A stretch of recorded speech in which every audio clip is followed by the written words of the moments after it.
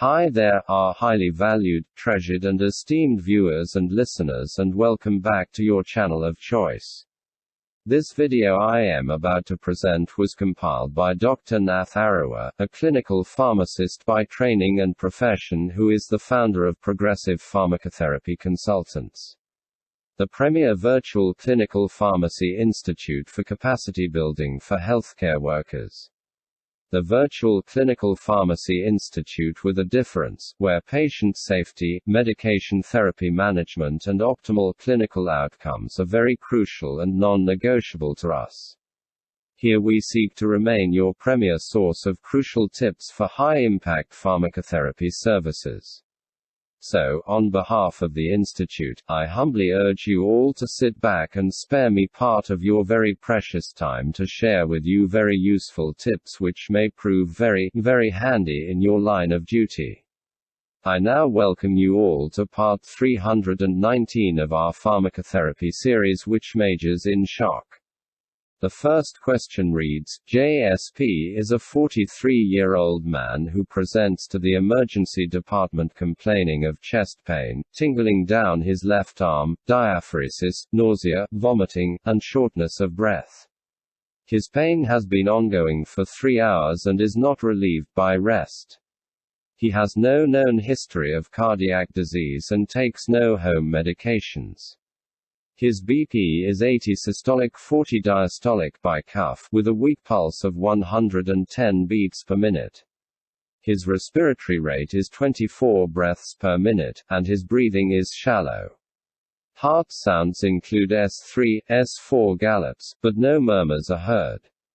The jugular venous pulse is normal. He has diffuse rales over the lower lung fields with moderate wheezing. JSP is cold and clammy to touch, however, his temperature is normal. He is restless, anxious, and oriented only to person and place. A 3 mm ST segment elevation is seen on 12-lead ECG in leads I and AVL. Cardiac biomarkers are pending. ABG measurements, on 4 liters per minute oxygen via nasal cannula, are the following. A pH of 7.28. A Pa, CO2 of 32 mm of mercury. APA, O2 of 94 mm of mercury. Bicarbonate of 15 milliequivalents per liter. Hematocrit of 31%. What immediate goals of therapy are necessary to stabilize and treat JSP?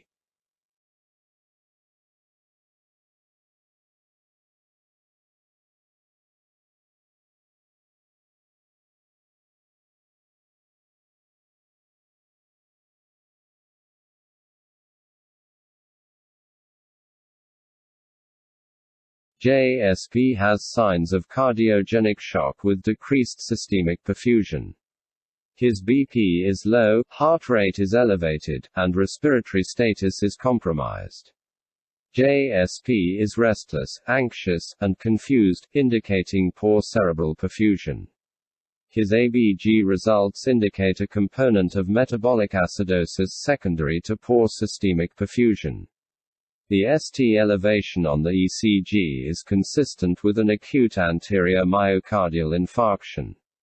Most patients presenting with STEMI are routinely treated with aspirin, a beta blocker, and immediate percutaneous coronary intervention if available or, if not, thrombolytic therapy, unless contraindicated. The presence of cardiogenic shock can alter the interventional strategy, however. Patients presenting in cardiogenic shock after myocardial infarction may progress rapidly to irreversible organ system dysfunction as the compensatory mechanisms fail to maintain tissue perfusion. Treatment of these critically ill patients involves 2 components: stabilization and definitive treatment. Initial stabilization of the patient must be attained before further evaluation and treatment of the cause of cardiogenic shock can proceed. The goals are to maintain adequate oxygen delivery to the tissues and to prevent further hemodynamic compromise. Stabilization includes a. Establishing ventilation and oxygenation. Arterial PO2 should be greater than 70 mm of mercury. B. Restoring arterial BP and cardiac output with vasopressors and inotropic agents, if needed. C. Infusing fluids, if hypovolemic. And D. Treating pain, arrhythmias, and acid-base abnormalities, if present. Administration of oxygen is appropriate for patients who have severe dyspnea, hypoxemia, that is an oxygen saturation below 90%, or persistent or worsening acidemia, that is a pH less than 7.3. Improving oxygenation may contribute to improved ventricular performance. However, supplemental oxygen could potentially be harmful by causing increased coronary vascular resistance and infarction size, particularly in normoxic patients. Invasive mechanical ventilation is indicated when arterial oxygen saturation cannot be maintained above 90% despite 100% oxygen per face mask.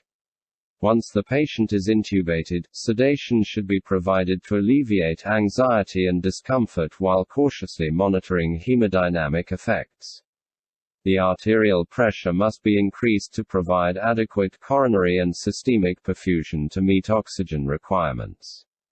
Some areas of ischemia in the infarction zone may be depressed but viable, provided myocardial oxygen supply exceeds demand. If the myocardial oxygen demands are not met, however, myocardial tissue necrosis will expand into the area of ischemia. This results in further hemodynamic impairment and initiates a vicious cycle that can lead to intractable pump failure and irreversible shock. To be effective, treatment of cardiogenic shock should favorably influence the balance between oxygen supply and demand in the ischemic zone. Optimizing preload to improve cardiac output and systemic perfusion is crucial, especially in patients with right ventricular infarction. In patients with severe left ventricular impairment, increasing intravascular volume can worsen pulmonary congestion. JSP currently has signs of pulmonary congestion and right ventricular infarction is not evident, thus, a fluid challenge must be administered cautiously or withheld until hemodynamic monitoring can be established. Inotropic agents or vasopressors should be used to increase systemic BP and re-establish coronary perfusion in patients with cardiogenic shock and hypotension. However, vasoactive agents have risk because they can exacerbate ventricular arrhythmias and increase oxygen in ischemic myocardium. Therefore, the minimal dose that will provide adequate perfusion pressure should be used. Achieving a MAP of 65 to 70 mm of mercury is the immediate goal of therapy, but it should be adjusted based on adequate perfusion, e.g., warm extremities, adequate urine output, improved mental status. Elevation of the MAP to more than 80 mm of mercury is unnecessary because coronary blood flow is not significantly changed at this level, but energy expenditure is high. Correction of metabolic acidosis is best accomplished by treating the underlying cause. Improving tissue perfusion by optimizing oxygen content and increasing cardiac output can eventually restore aerobic metabolism and eliminate lactic acid production. The use of sodium bicarbonate to correct lactic acidosis in cardiogenic shock and other critically ill patients is controversial. Sodium bicarbonate can have numerous adverse effects, such as hyponatremia, paradoxical intracellular acidosis, and hypercapnia. Conclusive data on its efficacy are lacking. Bicarbonate therapy is recommended only, if at all, when severe acidemia pH below 7.2 or bicarbonate less than 10 to 12 milliequivalents per liter is present. Inotropic agents and vasoconstrictors can increase myocardial oxygen and potentially extend the area of necrosis in patients with infarction-induced cardiogenic shock. Careful selection and titration of agents that will best preserve myocardium while sustaining systemic arterial pressure and tissue perfusion is essential. Although correction of volume deficits and early pharmacologic support may prevent the extension of myocardial damage, it must be emphasized that exclusive use of these measures does not improve survival. Therefore, drug therapy must be considered only an interim maneuver to preserve myocardial and systemic integrity while further therapeutic interventions and definitive therapy are being considered. Cardiogenic shock after acute myocardial infarction occurs in only a small percentage of patients, but it carries a high mortality rate. Reperfusion of the occluded artery is of paramount importance in these patients. Two options are available for restoring patency of the artery: thrombolytic therapy and revascularization via percutaneous coronary intervention or coronary artery bypass grafting, abbreviated as CABG. Thrombolytic therapy in acute myocardial infarction may reduce the incidence of subsequent cardiogenic shock, but its value may be limited in patients who have already experienced shock. The effectiveness of thrombolysis is reduced in this setting, possibly because of reduced delivery of the agent to the coronary artery thrombus as a result of hypotension. The use of an intra-aortic balloon pump, abbreviated as IABP, to augment coronary artery blood flow may improve the efficacy of thrombolytic agents but has not been shown to improve mortality. Early revascularization with percutaneous coronary intervention or CABG is preferred in patients with cardiogenic shock complicating acute myocardial infarction, irrespective of time delay. In the shock trial, emergency revascularization, compared to immediate medical stabilization, using fibrinolysis and intra-aortic balloon pump, resulted in significantly lower mortality at 1 and 6 years in patients with ST elevation myocardial infarction and cardiogenic shock. Long-term mortality was positively correlated with time to revascularization from 0 to 8 hours, confirming that revascularization should be performed as soon as possible. However, a survival benefit for revascularization remains even as long as 54 hours after myocardial infarction and 18 hours after shock onset. Operator skill is also a consideration, and larger centers with greater experience may have better outcomes than smaller centers. In settings in which interventional cardiac procedures such as percutaneous transluminal coronary angioplasty or stenting are not readily available, insertion of an intra-aortic balloon pump and thrombolytic agents should not be delayed if indicated. The next question reads, cardiac catheterization reveals an acute occlusion of the proximal left circumflex artery, but a percutaneous coronary intervention was unable to be performed for JSP. He undergoes emergent CABG and arrives in the ICU sedated, intubated, and receiving mechanical ventilation with 50% inspired oxygen. Several hours after admission to the ICU, his BP and urine output have fallen and his skin is mottled and cool. Urine output has fallen from 0.8 to 0.2 ml per kilogram per hour in the last hour. The chest tube output has been stable at 50 ml per hour. His current hemodynamic profile is as follows: a BP of 86 systolic, 44 diastolic, and an MAP of 58 mm of mercury. A heart rate of 105 beats per minute. A cardiac output of 3 liters per minute. A cardiac index of 1.7 liters per minute per meter squared. An SvO2 of 48%. A CVP of 14 mm of mercury. A PA pressure of 41 systolic, 24 diastolic. Pulmonary capillary wedge pressure of 24 mm of mercury. An SVR of 1570 dyne SCM to power -5. What is your assessment of JSP's clinical status and hemodynamics?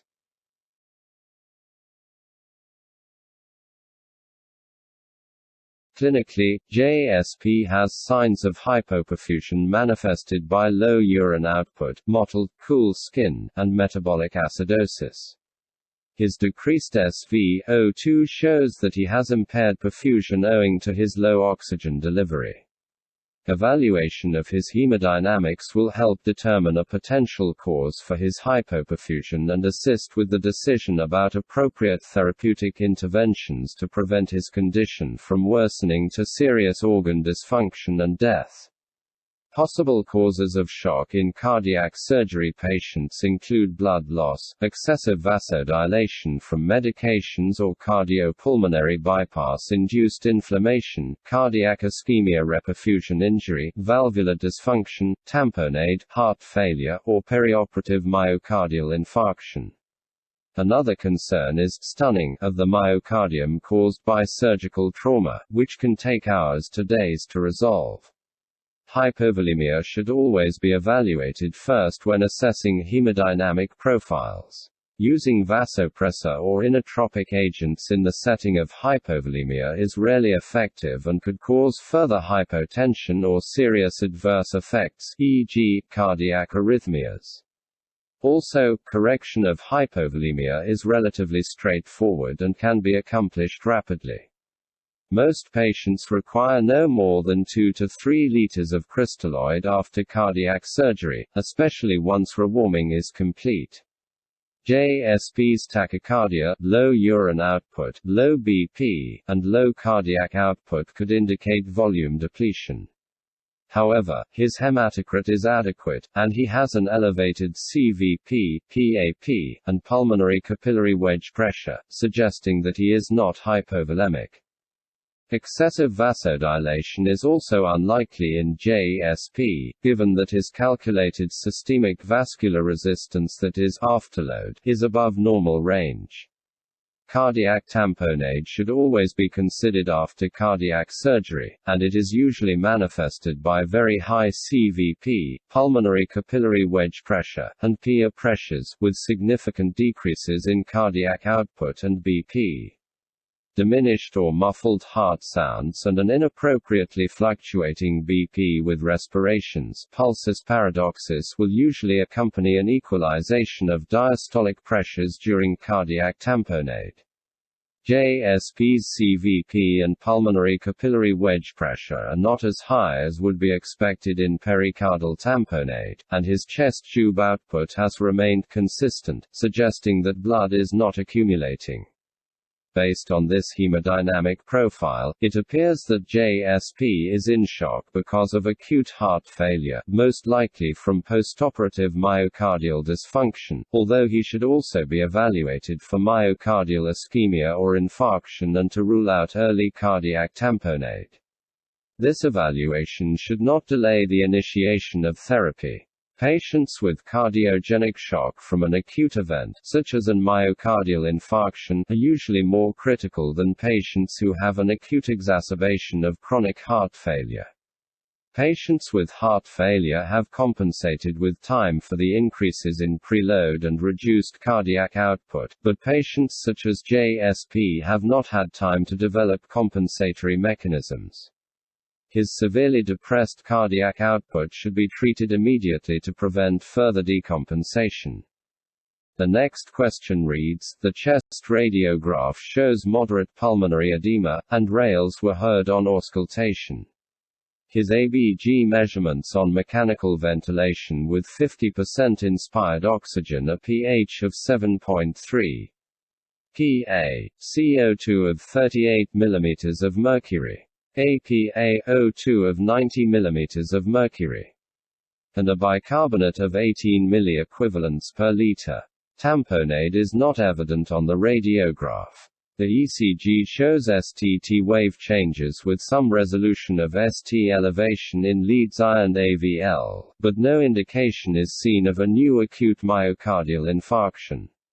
Cardiac biomarkers are pending. BP and cardiac output need to be improved to increase perfusion to vital organs.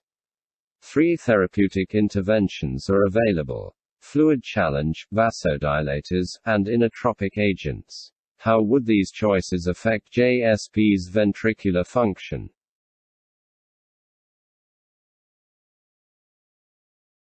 We will briefly discuss fluid challenge, that is, increase preload. Augmentation of preload with a fluid challenge to improve cardiac output is the first option. However, JSP has signs of pulmonary edema on chest radiograph. Pulmonary capillary wedge pressure is 24 mm of mercury, and PaO2 is 90 mm of mercury on 50% inspired oxygen. Increasing the pulmonary capillary wedge pressure above 18 mm of mercury usually does not result in further benefit. Therefore, giving volume might increase the pulmonary vascular hydrostatic pressure and worsen his pulmonary edema. If a fluid challenge is attempted to enhance preload, 250 to 500 ml of normal saline solution should be given over 20 to 30 minutes while continuously monitoring the hemodynamic profile and for volume overload. If the pulmonary capillary wedge pressure rises but the cardiac output does not improve, fluid challenges should be discontinued. Elevating the preload without appreciably improving cardiac output increases left ventricular wall tension, which is a major determinant of myocardial oxygen. Consequently, myocardial ischemia could develop. Although JSP has signs of pulmonary edema, diuretics to reduce his volume overload can be detrimental to his cardiac output and BP and should not be used until JSP's hemodynamics and signs of hypoperfusion have improved. Let's look at vasodilators preload and afterload reduction. A peripheral venodilator will decrease pulmonary venous congestion by reducing preload (CVP) and pulmonary capillary wedge pressure and pulmonary vascular hydrostatic pressure. With myocardial ischemia, a reduction of the left ventricular filling pressure may improve subendocardial blood flow, reduce the myocardial wall tension, and reduce the left ventricular radius. The resultant decrease in myocardial oxygenation will help prevent further depression of cardiac function. In patients with left ventricular failure, arterial resistance is also elevated because of a reflex increase in sympathetic tone in response to a fall in systemic arterial pressure. In left ventricular failure, cardiac output is inversely related to resistance to outflow from the left ventricle. Lowering an elevated systemic vascular resistance afterload will decrease resistance to ventricular ejection and shift the ventricular function curve up and to the left, depending on whether an arterial, venous, or mixed vasodilator is used, thereby improving cardiac performance at a lower filling pressure. JSP appears to have left ventricular failure with elevations in pulmonary capillary wedge pressure and systemic vascular resistance. Vasodilator therapy in this setting will likely improve his cardiac output and, therefore, increase the oxygen delivery to the tissues and prevent organ dysfunction. The major risk of vasodilator therapy in JSP, however, is further reduction of an already low MAP, although the reduction in BP may be offset by an increase in cardiac output. A significant drop in arterial BP could occur, which could decrease perfusion to vital organ systems and exacerbate myocardial ischemia by reducing coronary perfusion pressure. Vasodilator therapy should be reserved for situations of left ventricular failure with elevations in pulmonary capillary wedge pressure and systemic vascular resistance and a systolic blood pressure BP greater than 90 mm of mercury. We will now discuss inotropic support. A rapid-acting inotropic agent also can be used to increase myocardial contractility if the cardiac output remains low or inadequate with signs of tissue hypoperfusion after optimization of the volume status. This intervention shifts the ventricular function curve upward and slightly to the left. The disadvantage of this intervention is that improved cardiac output is accompanied by increased myocardial oxygen demand. Depending on the agent selected, 3 of the determinants of myocardial oxygenation could be elevated: heart rate, contractility, and ventricular wall tension. Therefore, inotropic support is directed at establishing or maintaining a reasonable arterial pressure and ensuring adequate tissue perfusion by improving the cardiac output. In summary, the most appropriate therapeutic intervention for JSP at this time would be inotropic support. The pulmonary capillary wedge pressure is elevated, suggesting that the preload has been maximized, therefore, fluid may worsen JSP's pulmonary edema. Although JSP's systemic vascular resistance is elevated, that is 1570 dyne SCM ⁻⁵, his BP is low, therefore, initial use of a peripheral vasodilator could jeopardize perfusion. Thus, an acceptable initial therapeutic intervention to improve cardiac output and tissue perfusion is inotropic support. After a reasonable BP has been established, addition of a peripheral vasodilator could be considered to further enhance cardiac output if needed, and diuretics added to reduce his pulmonary edema. The next question reads, which inotropic agent is the best choice for JSP?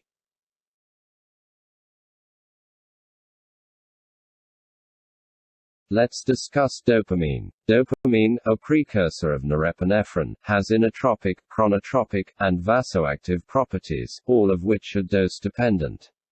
The distinct ranges noted for dopamine activity are generalizations. Responses noted in clinical practice will be patient-specific. At less than 5 micrograms per kilogram per minute, dopamine stimulates dopaminergic receptors primarily in the splanchnic, renal, and coronary vascular beds. The effect on dopaminergic receptors is not blocked by beta blockers, but is antagonized by dopaminergic blocking agents such as the butyrophenones and phenothiazines. Depending on the clinical state of the patient, low dosages of dopamine may slightly increase myocardial contractility, but it usually will not alter HR or systemic vascular resistance significantly. At 5 to 10 micrograms per kilogram per minute, the improved cardiac performance produced by dopamine is through direct stimulation of beta-1 adrenergic receptors and indirectly through release of norepinephrine from nerve terminals. Increased beta-1 adrenergic receptor stimulation increases SV, that is an inotropic effect, heart rate, that is a chronotropic effect, and consequently cardiac output. These cardiac effects can be blocked by beta blockers. As infusion rates increase above 5 micrograms per kilogram per minute, the alpha adrenergic receptors are activated.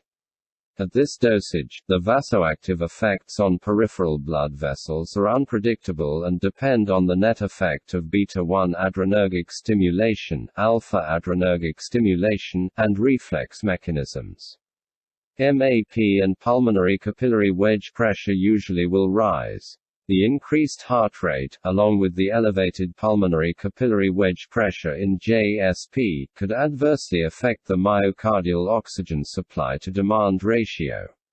However, it is hoped the increase in coronary blood flow, caused by the rise in arterial pressure, and the decrease in left ventricular chamber size, which is associated with the increase in contractility, would tend to offset the increase in myocardial oxygen requirements. At doses greater than 10 micrograms per kilogram per minute, dopamine primarily stimulates peripheral alpha adrenergic receptors. Systemic vascular resistance increases, splanchnic and renal blood flow decreases, and left ventricular filling pressure is raised. Cardiac irritability is a potential complication, and the overall myocardial oxygen is increased. The increase in systemic vascular resistance limits cardiac output. Thus, infusion rates should be limited to less than 15 micrograms per kilogram per minute in patients with cardiac failure. In a recent trial of 1,679 patients with shock, who were randomized to dopamine or norepinephrine for blood pressure support, there was no significant difference in the primary outcome of 28-day mortality. However, patients receiving dopamine had more arrhythmic events, and a pre-specified subgroup analysis showed an increased mortality rate in 280 patients with cardiogenic shock. Although these findings may have been because of chance and randomization was not stratified, these findings warrant consideration before selecting dopamine for JSP and highlight the need for more studies comparing catecholamines in cardiogenic shock. Next we will discuss dobutamine. Dobutamine, a synthetic catecholamine, is a potent positive inotropic agent with dose-dependent but predominant direct beta-1 agonist effects and weak beta-2 and alpha-1 adrenergic effects. With greater beta-2 vasodilatory than alpha-1 vasoconstrictive actions, dobutamine reduces systemic and pulmonary vascular resistance.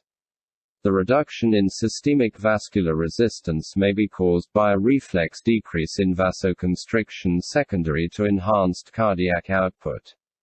Unlike dopamine, dobutamine does not release endogenous norepinephrine or stimulate renal dopaminergic receptors. Studies assessing dobutamine in cardiac failure demonstrate consistent increases in cardiac output and SV, with reductions in pulmonary capillary wedge pressure and systemic vascular resistance. The reduction in filling pressures, as indicated by a lowered pulmonary capillary wedge pressure, results in a decrease in left ventricular wall tension and myocardial oxygen. Consequently, coronary perfusion pressure and myocardial oxygen supply is improved. Compared with dopamine, dobutamine has equal or greater inotropic action. Dobutamine lowers pulmonary capillary wedge pressure and systemic vascular resistance with increasing doses, whereas dopamine may increase pulmonary capillary wedge pressure and systemic vascular resistance with increasing doses. The effect on heart rate is variable, however, evidence suggests that dobutamine is less chronotropic than dopamine at lower infusion rates. In the clinical setting, dobutamine may be preferred in patients with depressed cardiac output, elevated pulmonary capillary wedge pressure, and increased systemic vascular resistance with mild hypotension with a systolic blood pressure above 70 mm of mercury, and no signs or symptoms of shock. The increase in cardiac output may not be sufficient to raise the BP in a patient who initially is moderately to severely hypotensive, that is a systolic blood pressure below 70 mm of mercury, or with signs or symptoms of shock. Dopamine may be recommended in patients with mild hypotension and symptoms of shock, whereas norepinephrine is reserved for patients with a systolic blood pressure below 70 mm of mercury. Given the recent concerns of increased mortality with dopamine monotherapy in patients with cardiogenic shock, the combination of dopamine or norepinephrine with dobutamine may be preferred in patients with depressed cardiac output, normal or moderately elevated pulmonary capillary wedge pressure, and moderate or severe hypotension. We will now look at epinephrine. Similar to dopamine and dobutamine, epinephrine has dose-dependent hemodynamic effects. At lower infusion ranges, that is less than 0.1 micrograms per kilogram per minute, epinephrine stimulates beta-1 adrenergic receptors, causing increases in heart rate and contractility. As the dose increases, more alpha-1 receptor stimulation occurs, resulting in vasoconstriction and corresponding increases in systemic vascular resistance. The favorable hemodynamic effects, increased cardiac output and BP, make low-dose epinephrine an attractive option for JSP. However, epinephrine can induce hyperglycemia through gluconeogenesis and has been shown to increase lactate levels compared with other vasopressors and inotropic agents.